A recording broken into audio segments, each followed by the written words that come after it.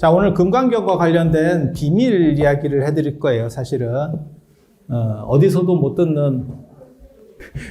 근데 어디서도 못 듣는 거를 저는 참 많이 알아요. 그게 이제 문제라. 사실 오늘 이렇게 법보시를 하신 분이 두 분이 있어요. 두 분이. 예, 사실은 지난달에 신묘장구 대단하니 할 때도, 그때는 법관 임용되기를 원하시는 분이 법보시를 하셨고, 오늘은, 한 분은 이제 공부를 잘했으면 좋겠다. 근데 사실 공부 잘하는 건 제 영역은 아닙니다. 여러분이 잘 몰라서 그렇지 제가 그렇게 공부를 열심히 하는 스타일은 아니거든요.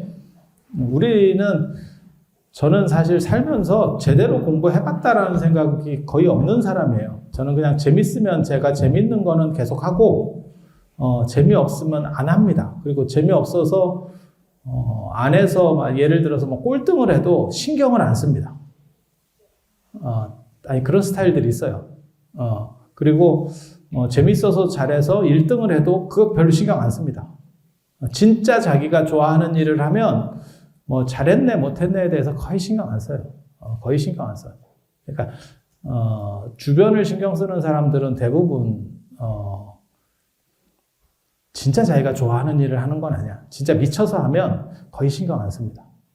그래서 글쎄 제가 공부를 잘하게 해줄 역량이 되는지는 잘 모르겠고, 또 한 분은 이번에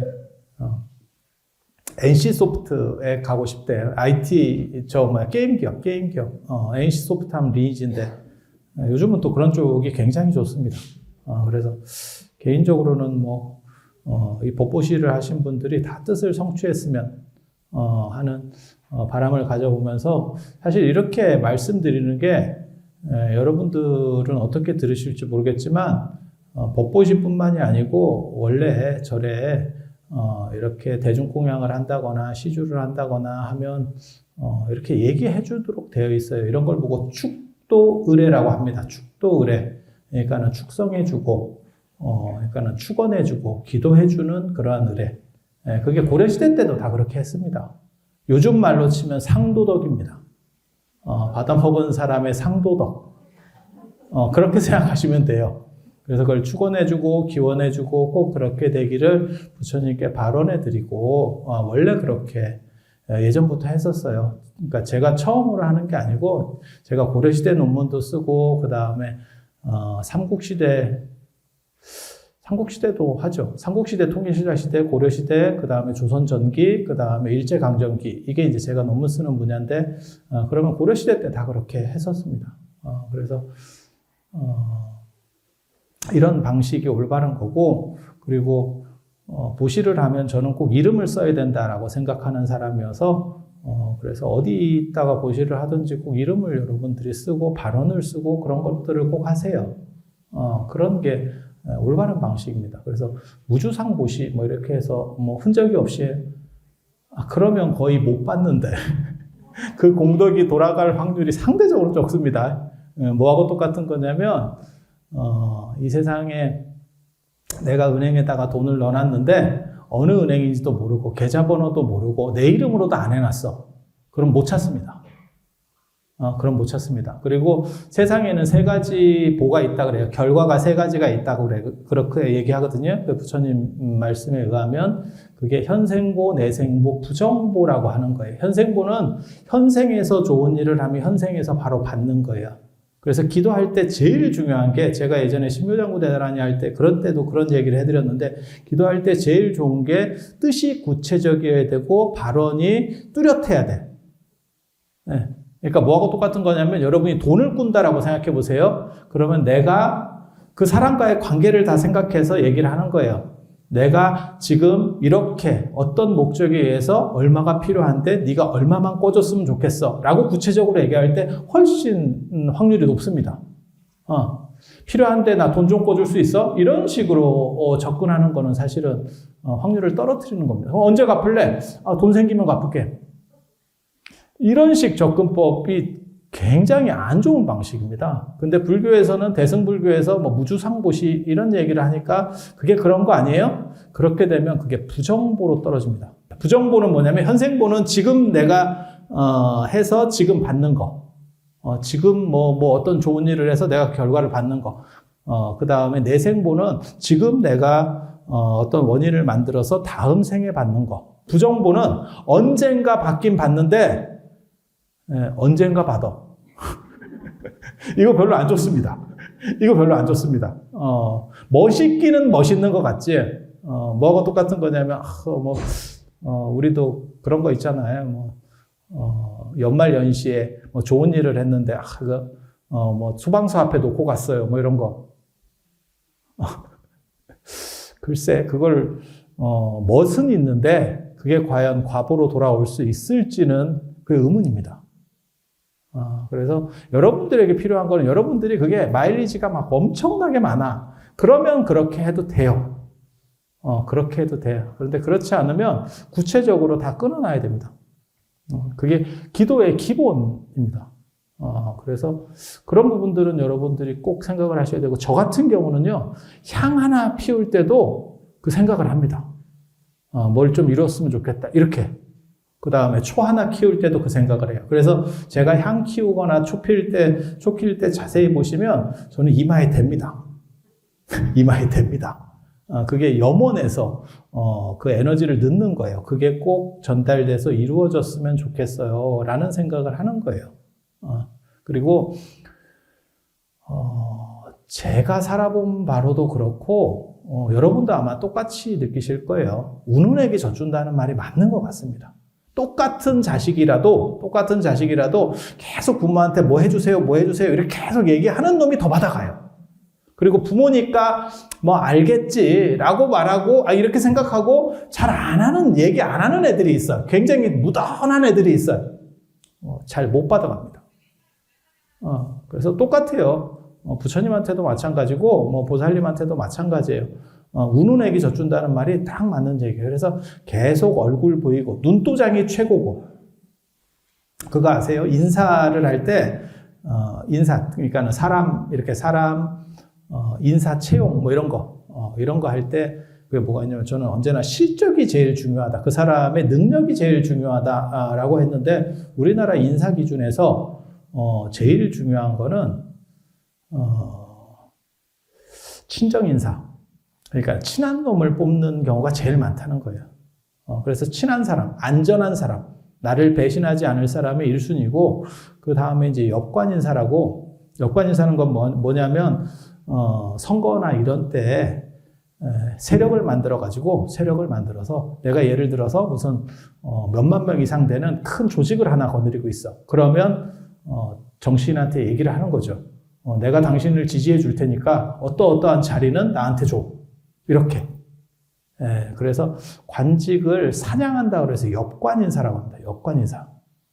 그러니까 예를 들면 그런 거죠. 지금도 그런 거 있죠. 뭐 예를 들어서 이게 촬영돼서 그렇긴 한데,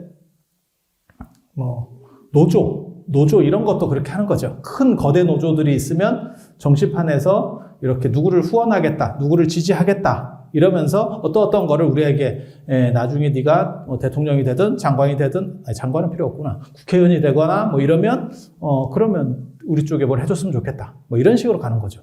그리고 실적 인사, 그러니까 실적이 좋고 능력 있는 사람, 능력제 인사는 이 중에 세 번째라는 거예요. 그래서 친한 놈이 1등이고, 그 다음에 이제 정치판에 개입해서 세력으로 따내는 사람이 2등이고, 그 범주가. 그 다음에 실력 있는 사람은 3등이라는 거예요. 그래서 세상이 다 그렇습니다. 그렇다 보니까 이 친한 놈의 기준은 뭐냐? 여러 가지가 있어요. 그 중에 제가 보기에는 혈연이 아닌 사람 중에서 이 친분 관계를 맺는 거는 눈도장입니다. 눈도장. 그렇지 않아요? 맞아요. 아니, 제가 오늘 아침에 결혼식장을 갔다 왔는데, 제가 원래 결혼식 진짜 안 가는 사람인데, 꼭 가야 될 자리가 가끔 있어요. 1년에 한 번 정도 있어요. 그게 이제 눈도장이죠. 나왔다. 우리는 눈도장 찍기는 굉장히 좋습니다. 왜냐하면 용모가 특이하기 때문에 뭐 이렇게 그냥 가기만 해도 사람들이 다 쳐다봐. 저 뭐야 이러면서 이렇게 범상치 않은 외모잖아 우리. 그렇게 해서 그 눈도장이 제일 중요한 거고, 아니 뭘 얘기하려고 하는 거냐면 인간관계에서도 그렇게 되는 거고, 그 다음에 부처님이나 보살에게 기도할 때도 똑같은 거예요. 그리고 절에서도 마찬가지예요. 스님들하고도 마찬가지인 것 같아요. 눈도장이 최강인 것 같아요. 그래서 여러분들 기도하시고 할 때, 그리고 법당에 들어오셔서 절하실 때 제가 늘상 강조하는 거 있어요. 부처님하고 눈 마주쳐라. 불상과 눈을 마주쳐라. 그래서 우리나라에는 그런 게 없어졌는데, 나중에 이제 숭유억불이 되면서 그런 것들이 다 없어졌는데, 저 명상할 때 친다, 뭐 이렇게 싱잉볼 이러는데, 저게 원래는 저게 좌종이라고 부처님한테 저 왔어요 라고 와서 땡 치는 거예요. 저게 원래 중국에도 있고 우리나라에도 있고, 그 다음에 저게 일본 같은 데 가면, 일본에도 저게 있습니다. 저것만 있는 게 아니고 신사나 이런 데 가면 이렇게 줄을 당겨가지고 종을 치게 돼 있죠. 나 왔어요 이렇게. 원래는 저게 왔다라고 신호하는 거예요. 부처님한테. 그래서 복전함에 돈 넣고 종 치고 절하면서 눈도장 찍는 겁니다. 그래서 우리나라에는 저 유물이 진짜 드물어요. 진짜 드물어요. 저도 여지까지 살면서 딱 한 번 봤습니다. 저게 이제 나중에 숭유억불 상태가 되면 저런 게 다, 저런 동으로 된 저런 것들이 돈이기 때문에 저걸 다 뺏겨요. 그래서 유물 자체가 거의 안 남아 있습니다. 그래서 원래는 돈 넣고 저걸 종을 땡 치는 거예요. 그래서 저 왔어요 이렇게. 그리고 복전함에 돈 넣을 때도 우리는 지폐를 넣는데 일본은 다 동전을 넣게 되어 있습니다. 일본 사찰에 가서 한번 유심히 보세요. 신사도 그렇고 사찰도 그렇고 다 동전을 넣게 되어 있어요. 그렇게 해서 동전이 들어가면 소리가 나게 나 넣었어요 이렇게. 되게 처음에 가면 되게 웃겨요. 야 이거 조금 이거 너무 심한 거 아니요? 이렇게 생각이 드는데, 그렇게 중국은 우리처럼 지폐를 넣습니다. 우리처럼 지폐를 넣습니다. 그런데 복전함이 투명한 아크릴로 돼 있어. 그래서 넣으면 보여. 야, 이거 잔인한데? 막 이런 생각이 들어. 몰라. 그래서 문화들이 좀씩 달라요. 문화들이 좀씩 달라요. 왜냐면 꿈에 어린아이가 보였대. 근데 어린아이와 관련된 게 사실은 지장보살이에요. 그거 아세요? 잘 몰랐지? 우리나라에는 삼신할머니 때문에 잘 못 들어왔는데, 원래 일본에 가보시면요, 일본 절에 가보시면 지장보살이 다 애를 안고 있어요. 그런 경우가 굉장히 많습니다. 그리고 우리나라에도 지장전에 가면 동자상, 동녀상이 있어요. 어린애 둘이 이렇게. 그걸 선악동자라고 합니다. 그리고 지장보살 탱화, 그러니까 지장보살도에 보면, 그림에 보면 거기에도 애 그림이 나와. 그래서 지장보살이 애를 수호하고 그 다음에 어렸을 때 죽은 그런 영유아들을 구제하는 그런 부분들이 있어요. 그래서 상식적으로 알아두세요. 그게 이제 여러분들 연배 정도 되시는 분들이 예전에 산화제한에 걸려서 수자령원 같은 게 있는 경우들이 있어요. 그래서 수자령은 뭐냐면 물에 떠내려 보낸 자식. 그러니까 제대로 낳아보지 못하고, 그거보다 이제 여러분보다 연배가 더 위로 올라가시면 아예 애를 낳다가 이제 죽게 되는 경우들이 많고, 어렸을 때 좀 이렇게 의료시설이 안 좋으니까 한 서너 살 안쪽에서 이렇게 돌아가시는 분들이 되게 많았고, 여러분 세대만 해도 그 정도까지는 아니 싶은데요. 그렇게 이제 일찍 여인 애들도 사실은 지장보살이 다 보호를 해줘서 건네주는 그런 게 있어요. 나중에 기회 되면 제가 그런 얘기를 해드릴게요. 금강경. 지금 이제 금강경 얘기를 하는 거예요. 지장보살하고 금강경하고 겹치는 부분이 있다니까. 그래서 지금 그 얘기를 하는 거예요. 원래 지장보살의 주특기가 뭐냐면, 사후세계에서 이제 돌아가신 분들, 정확하게 말하면 심판 상태 속에서 그걸 구제하는 겁니다. 그걸 49일 안에서 그걸 명부세계라고 합니다. 명부세계. 예, 그래서 두 가지 생각하시면 돼요. 명부세계. 그러니까 뭐가 똑같은 거냐면, 지금 내가 형을 사는 건 아니고, 내가 지금 법원에 걸렸어. 법에 걸렸어. 그런데 지금 내가 형을 산 건 아니고, 지금 재판에 계류 중이에요.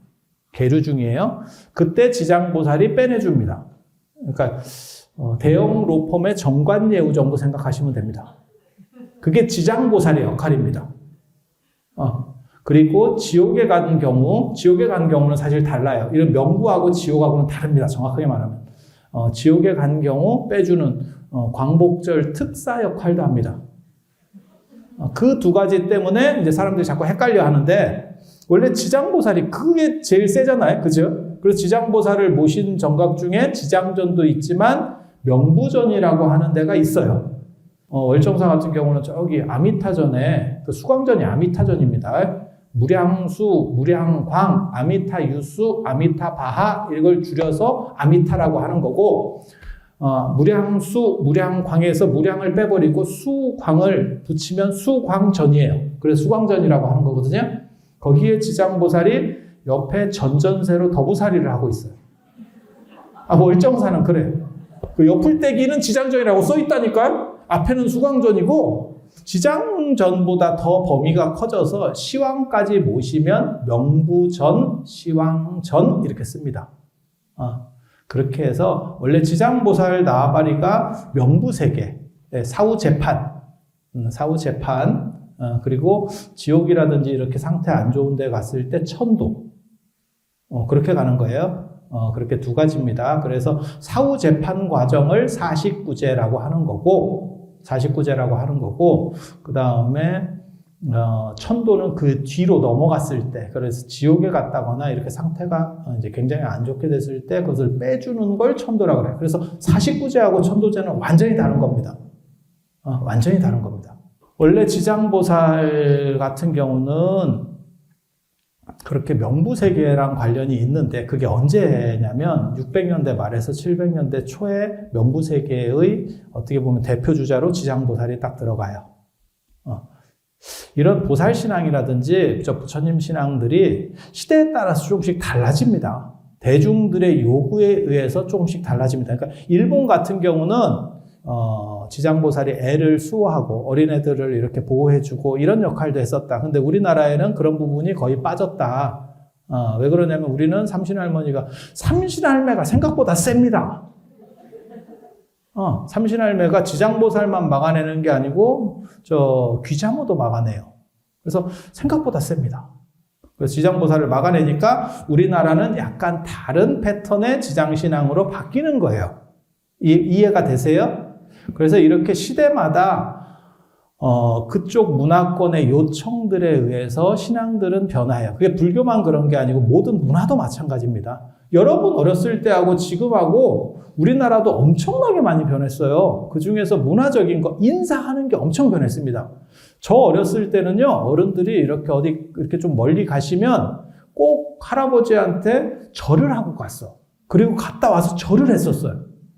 전역하고 와도 절 안 해요. 그냥 아예 보면 인사지 뭐, 이렇게 절이라고 하는 게 아무튼 상당한 비중을 차지했었고, 그리고 악수라는 게 별로 없었어요. 그러니까 신체를 이렇게 만진다는 게, 서로 간에 터치한다는 게 그게 상당히 좀 동아시아 문화에서는 결례예요. 근데 요즘은 악수가 또 굉장히 일반적이잖아요. 그러니까 뭔 얘기를 하고 싶은 거냐면, 인사라고 하는 건 어떤 문화 집단에서 굉장히 중요한 암호인데 그것도 이렇게 바뀌었다는 거죠. 인사라고 하는 거는 다 약속이에요. 정해진 게 있느냐? 사실 없습니다. 그래서 인도 인사가 절이었고 허리 굽혀서 인사하는 거는 동아시아 전통이에요. 누가 어떻게 시작했는지 정확하게 잘 몰라요. 그런데 그냥 그런 인사였었고, 그 다음에 서구적 영향이 들어오면서 악수하고 뭐 이렇게 하는 게 또 어떻게 보면 요즘은 거의 일반화 돼버렸어요. 그런 식으로 세상은 그렇게 바뀌어가는 거예요. 그러니까 정해진 게 아니고, 그러니까 절을 하거나 뭐 허리 굽혀서 인사를 하는 게 계속 당일성을 가지는 게 아니고 이렇게 조금씩 바뀌어가는 거죠. 그렇지만 인사라고 하는 동일성은 내려가고 있죠. 마찬가지예요. 이런 신앙이라든지 문화적인 부분들도 시대적 필연성이나 요청 구조에서 끊임없이 바뀌어가는 겁니다. 그리고 그렇게 바뀌어가지만 그래서 무슨 얘기를 하냐면, 근원을 따지면, 그게 그거랑 맞아요? 이런 얘기를 하시는 분도 있어요. 지장보살도 사실 맨 처음에는 명부세계랑 그렇게까지 관계가 없었어요.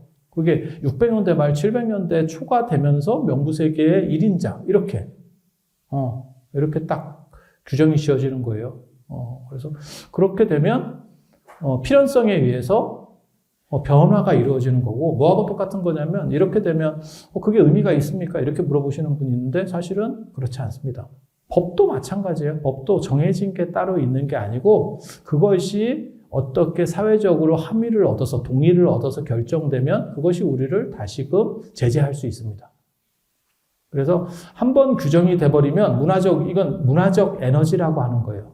동아시아 사람들이 허리를 굽혀서 인사해. 우리가 허리 굽혀서 인사하잖아요. 그런데 그렇게 인사하는 거가 이 동네 사람들에게 약속일 뿐이에요. 그래서 이걸 전혀 모르는 아프리카 사람이라든지 남미 사람이 보면 쟤네가 뭐 하는 거지? 이렇게 할 수도 있는 거예요.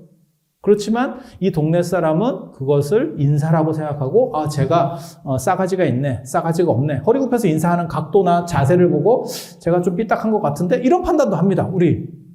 그래서 그런 걸 보고 문화권적 에너지라고 합니다.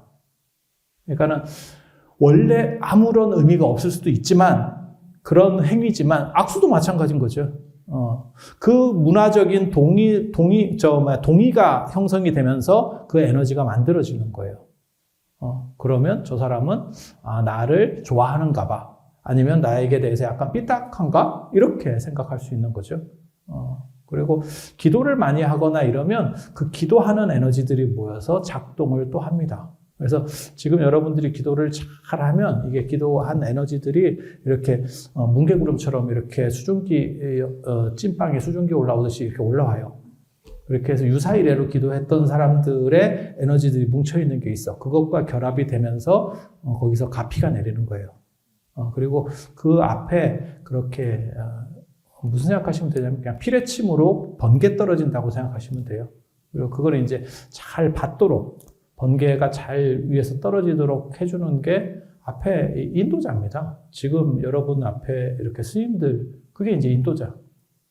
그래서 그 가피를 연결시켜주는 사람.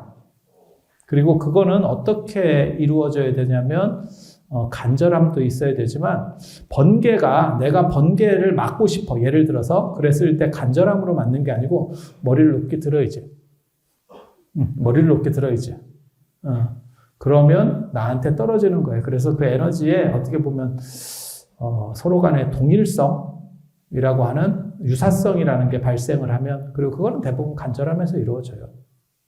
간절함에서. 그래서 내가 이 생각 저 생각하면 에너지가 흐트러져서 이게 커지지를 못해.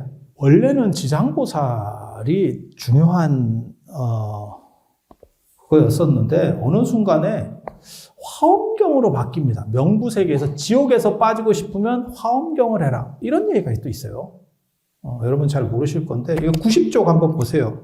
화엄종이라고 하는 게 600년대 이제 중반부터 굉장히 강력해지면서 사후세계까지도 먹고 들어가요. 그러니까 이제 화엄종이 중국 불교에서 당나라 불교에서 굉장히 이렇게 영향이 커지면서 사후세계에도 화엄경을 하면 사후세계에서도 빼준다더라 이런 얘기가 만들어져요. 그래서 그게 이제 파지옥 개송이라고 하는 거거든요. 화엄경의 한 개송을 외웠더니 지옥이 깨졌대. 전역종송 때 약인용료지 삼세일체불 은관법개성 일체유심종 그 개송을 하면 그게 지옥을 깨는 개송이에요. 그래서 파지옥 진언을 하게 되는 거죠. 그게 전역종송이잖아. 그죠? 종송이 원래 그 지옥 중생을 제도한다 이런 얘기 들어보셨죠? 그렇게 해서 화엄종하고 그 지옥에 대한 구제 부분이 화엄종으로 상당히 먹혀 들어가요. 그러니까 원래 지장보살 쪽이었다가 화엄종하고 관련되는 것 같은데 왕명간 혹은 곽신양이라고 하는 사람이에요. 중간에 이렇게 제가 적어놨잖아요. 중간에 1, 2, 3 이렇게 이 사람이 죽어서 지옥에 갔더니 누가 이렇게 약을 팔더래. 야, 너 그 화엄경 한 개송만을 오면 빼줘. 이렇게 그랬더니 이제 귀가 솔깃해가지고, 그런 게 있어요? 그게 파지옥개송이야. 그게 약인용료지 3세일체불 음관법개성 일치유심조.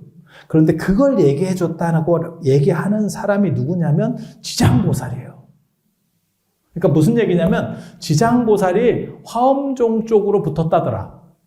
그 얘기는 뭐냐면 지장보살 세력이 있고 화엄종이 더 크게 치고 올라오니까 이게 두 가지가 결합하는 방식입니다. 지금 이렇게 결합하는 거예요. 그런데 되게 재밌는 게 그렇게 해서 지금 종송이 남았는데, 그러니까 지장보살이 죽은 사람을 구제한다더라. 그 얘기 있고 그 다음에 지금 종송에 화엄경 개송이 들어가 있어. 되게 재밌어. 그 두 가지가 있어. 그런데 더 재밌는 건 사람이 막상 이렇게 돌아가시잖아요. 그렇게 돌아가셨을 때 염불하러 가는 거를 시달림이라고 하거든요. 원래는 그게 인도 마가다국의 왕사성 쪽에 있었던 할림이라고 인도 말로 시타림이라고 해요. 시타림. 그렇게 해서 찬숲 이렇게 번역을 하는데 거기에 이제 시체를 유기하는 일종의 공동묘지 같은 데예요. 그래서 그 얘기가 지금 이제 한국까지 들어와서 시달림이라고 그래요. 시달림이라고. 돌아가시면 이제 스님 척에서 염불을 하는 거. 근데 막상 거기서 하는 것 중에서 가장 대표적인 게 금강경이에요. 뜬금없이 이제 금강경이 나옵니다. 지장경을 해야 되는 거 아니에요? 아니야. 되게 재밌잖아요? 금강경을 읽어준다니까? 아니, 그렇잖아요. 백중 때도 봐봐요. 백중 때도 제 말이 맞나 틀리나 봐봐. 금강경을 읽어요. 지금 그 얘기를 하려고 하는 거예요. 백중 때도 그렇고, 그 다음에 여러분 돌아가셔서 염할 때도 보면 금강경 탑다라니 같은 걸 덮어줘. 그래서 제가 생각을 되게 많이 했거든요. 왜 하필 금강경인가? 도대체 이게 어느 순간에 또 바뀌는 건가? 그러니까, 지장보살에서 화엄경 쪽으로 한번 이렇게 살짝 영향이 간 거고, 그 다음에 어느 순간 금강경으로 또 넘어가는 거예요. 왜 그럴까? 금강경으로 넘어가는 이유가 있죠. 그게 뭐하고 관련되냐면 지장신앙이 한번 유행하고 화엄종이 유행하고 그 다음에 나오는 게 선종입니다. 선종. 그래서 해능스님, 5조 홍인스님, 6조 해능스님이 다 금강경을 가지고 법문을 하세요. 그래서 해능스님이 금강경 깨달았다더라 이런 얘기 들어보셨죠? 응무소주 이생기심 등이 응하는 바 없이 그 마음을 내라. 그게 선종의 영향이라더라 라는 게 있고, 그거는 누구나 생각할 수 있는 거고, 그건 제가 찾아낸 게 아니고, 제가 찾아낸 거는 뭐냐면 송나라 때 태평광기라고 하는 책이 있어요. 태평광기라는 책이 있어요. 근데 사실 선종에서 금강경을 강조했다고 하더라도 그걸 독송한다고 해서 사람이 쉽게 말해서 지옥이라든지 명부에서 빼주느냐? 그거하고는 완전히 다른 얘기거든. 그래서 왜 이게 강조됐을까를 봤더니 그렇게 하다가 찾은 책이 태평광기입니다. 태평광기가 500권으로 된 책이에요. 태평광기. 이게 이제 북송시대 때, 당나라 다음에 송나라, 그 송나라 때, 태평흥국이라고, 그게 연호입니다, 연호. 그래서 그 태평흥국 시대 때 만들었다 그래서 태평광기라고 하는 책이에요. 태평연간에 만든, 아주 많은 걸 기록한 백과사전식 총서, 이렇게 보시면 됩니다. 태평광기라는 책에 6,965가지 내용이 수록되어 있어요. 그 중에서 불교의 저승 관계된 이야기, 죽었다 살아난 이야기가 98개가 나옵니다. 98개가 나오는데 그 중에 23개가 금강경과 관련된 이야기예요. 금강경을 하면 사람이 잘 안 죽어. 거기 보면 무슨 얘기가 나오냐면 손명이라고 하는 분이 있는데 그냥 대표적인 얘기를 해드리는 거예요. 대표적인 얘기를. 손명이라고 하는 분이 있는데 그분이 진짜 대단한 양반이다. 20년 동안 하루에 20번씩 금강경을 했대요. 그 정도 정성이면 뭔가 사건이 벌어질 것 같긴 해요. 그 정도면 외웠다는 거예요. 그렇게 해서 사후세계에 갔는데 이제 염라대왕이 하는 얘기예요. 너는 20년 동안이나 20번을 읽었으니까 내가 20년 더 살게 해줄게. 이렇게 해서 방면됐다. 이런 얘기들이 나온다니까요. 불교가 원래 사후세계에 대해서 그렇게까지 관심이 별로 없어요.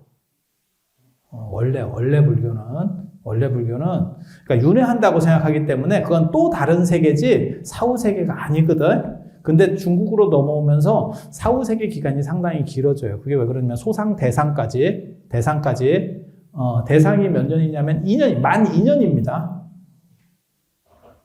이 동아시아 문화는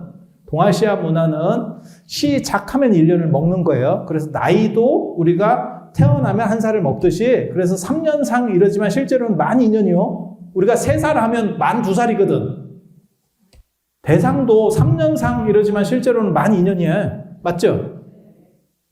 3일장도 그렇잖아요. 생각해 보세요. 그래서 3일장도 저녁에 돌아가시면 얼렁 이거 너무 빠르는데? 그래가지고 어떤 때는 4일장 하시는 분도 있어요. 만 3일 절대 만 3년 이렇게 가는 거 아닙니다. 이게 이 동네의 특수성이에요. 시작하면 하나는 먹고 들어가는 거예요. 그래서 예전에는 이게 3년상만 중요한 게 아니고 그때까지로 기간이 굉장히 길어진 거지. 인도 불교에서는 서북인도에서 설일치 유부에서 49일. 지금 여러분이 알고 있는 49제의 근거가 되는 게 설일치 유부, 서북인도설이거든요. 49일밖에 없었어. 그리고 걔네는 윤회해. 그런데 중국으로 오면서 이게 2년으로 길어진 거지. 그러다 보니까 사후 세계에서 구제해야 돼. 명부에서 구제해야 될 필요성이 점점 강해지는 거예요. 그러한 요구들과 불교가 결합한 게 지장보살이 결합이 됐고, 1차적으로 지장보살이 결합이 됐고, 그 다음에 2차적으로 화엄종이 뜨면서 화엄종이 그 영향을 받아간 거고, 세 번째, 나중에, 선종이 뜨면서 선종이 그 영향을 받아간 거예요. 그렇게 해서 금강경이라고 하는 게 선종의 소위경전이기 때문에 조계종의 소위경전이 금강경이지만 금강경만 있는 건 아니에요. 조사오록이라든지 선문염송이라든지 여러 가지가 있어요. 단 대표적인 게 금강경인 거예요. 이해가 되시죠? 그래서 선종에서 금강경을 강조하다 보니까 그런 이야기들이 당나라 중기 때 선종이 힘을 쓰기 시작하거든요. 당나라 중기부터. 그러니까 송나라 때쯤 되면 당나라 때 이야기들이 이렇게 모아지는데 그 이야기에 금강경을 통해서 사람이 구제되고 다시 살아나고 수명이 늘어난다더라 라고 하는 이야기들이 상당히 많아지는 거예요.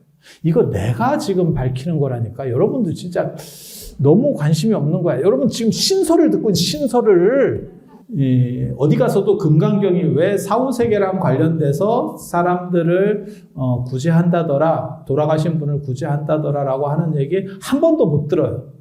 그냥 재지내면 금강경을 읽는갑다. 오늘 말씀드리는 거는 금강경이 단순히 선에 대한, 그러니까 깨달음에 대한 경전이 아니고 실제로는 이게 현실 세계에서도 문제를 해결해 주는다는 이야기가 많이 있어요. 그리고 그걸 넘어설 때 사후세계 얘기가 반드시 나옵니다. 그러니까 화엄종도 마찬가지예요. 그것을 통해서 화엄 교관을 이해하고 금강경이라고 하는 게 현실적인 부분도 윤택하게 해드리는 거고 사후세계 부분도 윤택하게 해드릴 수 있는 그러한 종합적인 역량을 가진 경전이다. 그래서 여러분들이 이런 생각들을 가지고 더 열심히 잘 하시라는 뜻에서 말씀을 드리는 거고요. 그리고 기도할 때 제가 늘상 말씀드리는 거 있어요. 무슨 생각 하나를 잡고 있어야 돼요. 자기가 원하는 거를 잡고 있어야 돼요. 그리고 그것은 구체적이어야 됩니다. 구체적이어야 됩니다. 그래야 그게 에너지를 받아서 이루어지는 거예요. 그리고 막연한 건 잘 안 됩니다. 기도에서 가장 기본적인 이야기입니다. 막연한 생각하지 마세요. 막연한 거 잘 안 돼요. 좀 집중적인 거. 그렇게 해서 딱 될 만한 거, 그렇게 해서 그거를 머릿속에 생각하고 있어야 돼요. 그게 기도고 명상이에요. 기도하고 명상하고 큰 차이가 없습니다. 그래서 그 생각을 하고, 금강경 진원을 계속 하시면 그쪽에 에너지가 쌓여가면서 그게 이렇게 뾰족하게 올라오는 거예요. 그러면 전에 기도했던 사람들 에너지하고 이게 상응하면서 그러면 그게 이제 가피가 떨어지는 거고, 그 다음에, 소원이 성취되는, 그런 구조라고 하겠습니다. 그만한다고, 그만. 자, 그래서 여러분들께서 간절한 생각을 가시고 열심히 하시면 반드시 가피가 있을 거라는 것을 믿어 의심치 않으면서 오늘 들어주셔서 감사합니다.